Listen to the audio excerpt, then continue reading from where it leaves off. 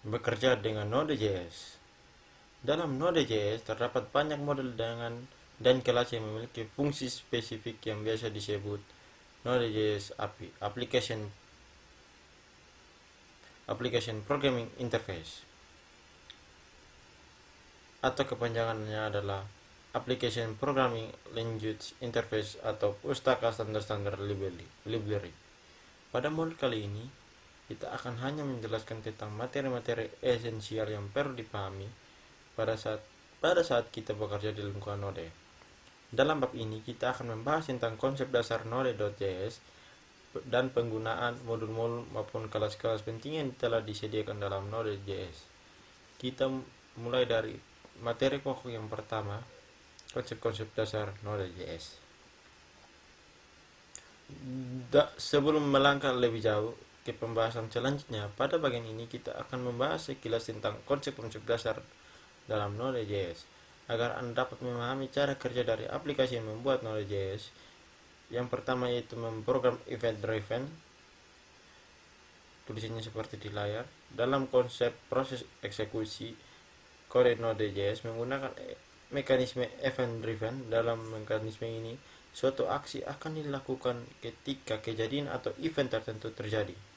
Mekanisme event driven pada umumnya digunakan pada aplikasi berbasis GUI atau pada saat kita menggunakan JavaScript untuk memanipulasi objek DOM atau dokumen objek modul di lingkungan web browser. Sebagai contoh, suatu aksi akan dilakukan setelah tombol tertentu diklik atau setelah item di dalam combo box diubah.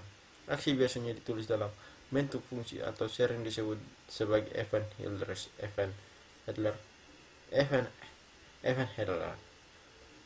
Kode yang digunakan untuk menangani event tertentu. Pada saat aplikasi Node.js dieksekusi, Node akan menjalankan event loop dan aplikasi akan berada dalam keadaan diam atau idle sampai mendengarkan atau menunggu suatu event terjadi. Sebagai contoh, ketika terjadi permintaan dari komputer klien, aplikasi Node.js akan mendeteksi permintaan tersebut sebagai event dan akan menjalankan fungsi yang dijadikan sebagai event handler. Perhatikan contoh di layar. Pada contoh di layar, kita membuat objek dari kelas HTTP server atau kelas server yang berada dalam modul HTTP dengan cara memanggil fungsi HTTP create server. Objek tersebut selanjutnya digunakan untuk mendengarkan perintah yang dikirim melalui port 300. Setiap permintaan yang terjadi akan memicu request yang kemudian akan ditangani oleh fungsi onRequest. Berikut kita akan mempelajari kelas event emitter. Node.js memfasilitasi mekanisme event driven melalui kelas event emitter yang berada di modul events. Sebagai besar, kelas dalam Node.js merupakan turunan dari kelas event emitter. Semua objek dari kelas event emitter dan kelas-kelasnya turunan dapat memicu terjadinya event tertentu. Sebagai contoh, fsReadStream akan memicu event open ketika suatu file dibuka untuk dibaca datanya. Node.js mengizinkan kita untuk mendefinisi event tertentu pada objek yang kita buat. Seringnya objek tersebut perlu dibuat menggunakan kelas event emitter atau kelas turunan dari kelas event emitter. Perhatikan contoh di layar berikut ini.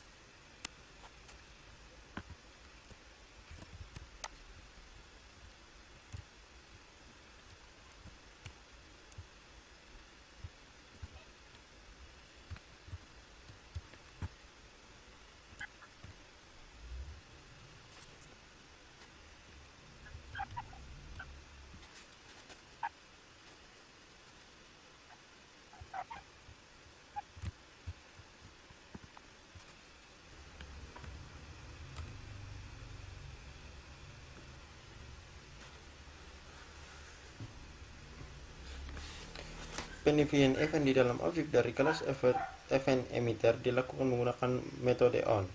Metode on adalah metode yang diwariskan dari kelas event emitter yang merupakan alias dari fungsi addListener. Dengan demikian, penggunaan metode on di atas dapat diganti menggunakan kode berikut. Oke, kita gantikan on dengan addListener.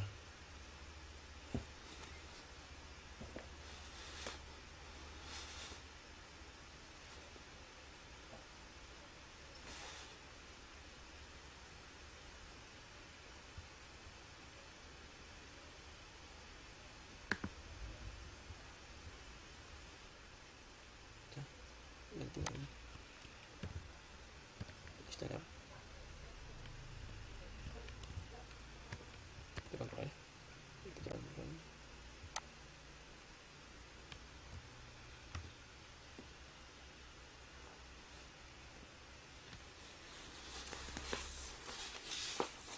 Tetap jalan, kemudian kita kembali new fit element. Nanti S kecelakaan R muncul seperti ini.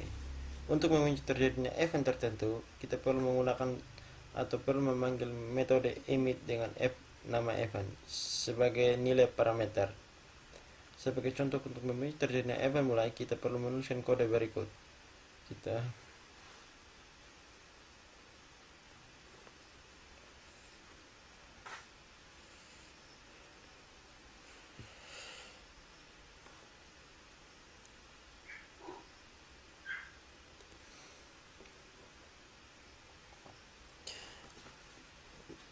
Kita perlu menulis kode sebagai urut ini objek. Jika Anda untuk memilih kelas baru turun dari kelas event, maka kode di atas dapat ditulis sebagai berikut. Kita membuat kelas baru.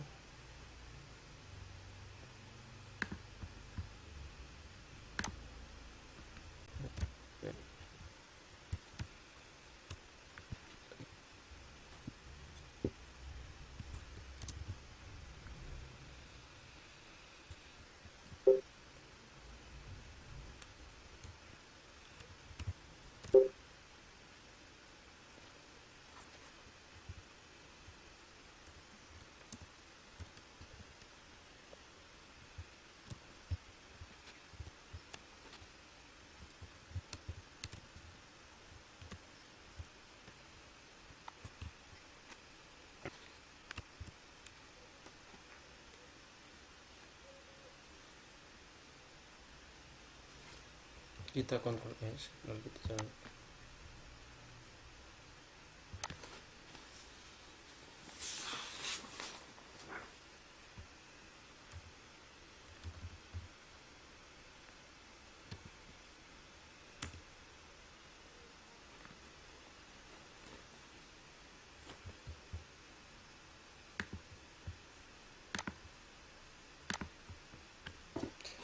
Blocking I dan O, non-blocking I atau no. Terjadi dua metode yang dapat digunakan untuk melakukan operasi input atau output di dalam Node.js, yaitu blocking input output dan blocking input output. Dalam metode blocking input output, proses eksekusi kode akan dilakukan sesuai urutan sinkronus atau sedangkan dalam metode dan blocking, eksekusinya dilakukan tidak sesuai urutan atau asinkronus. Untuk mengetahui perbedaan antara kedua metode tersebut, perhatikan terlebih dahulu kode yang ditulis menggunakan metode blocking I dan nol berikut ini.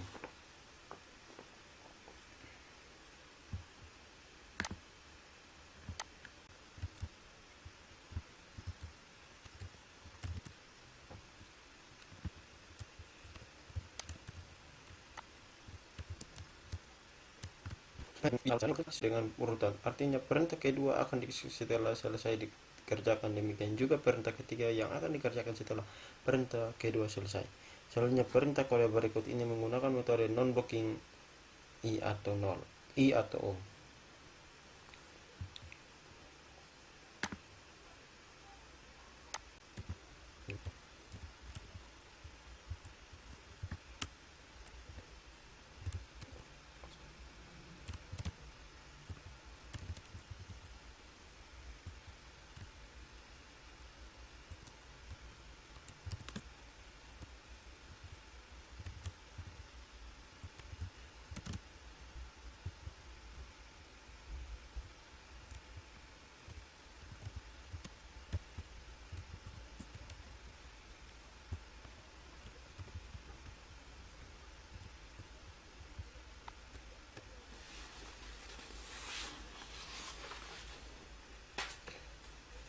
Kali ini perintah program tidak dieksekusi berdasarkan urutan.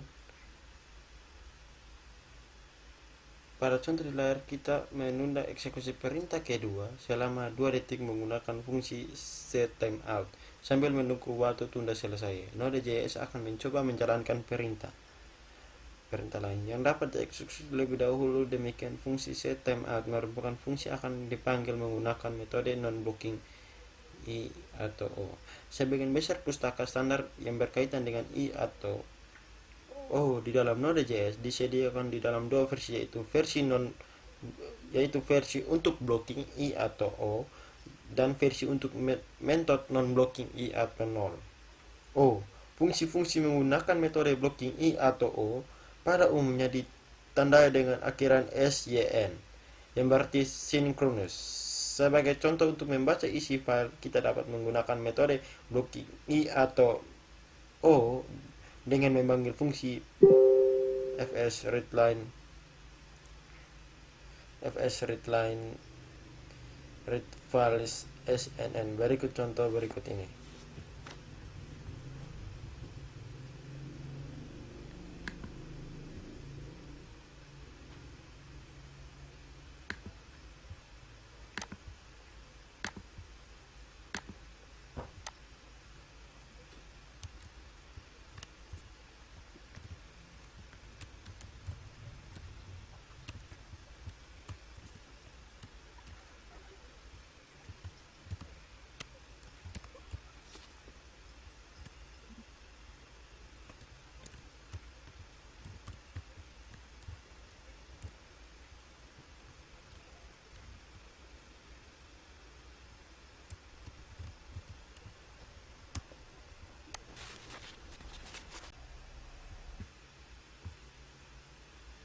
Jalankan new terminal.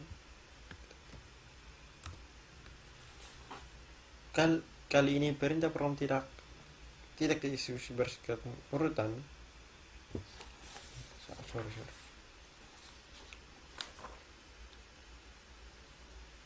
Jika ingin menggunakan metode non-blocking i atau o, maka kita dapat memanggil metode fsReadLeFiles. Perhatikan contoh berikut ini.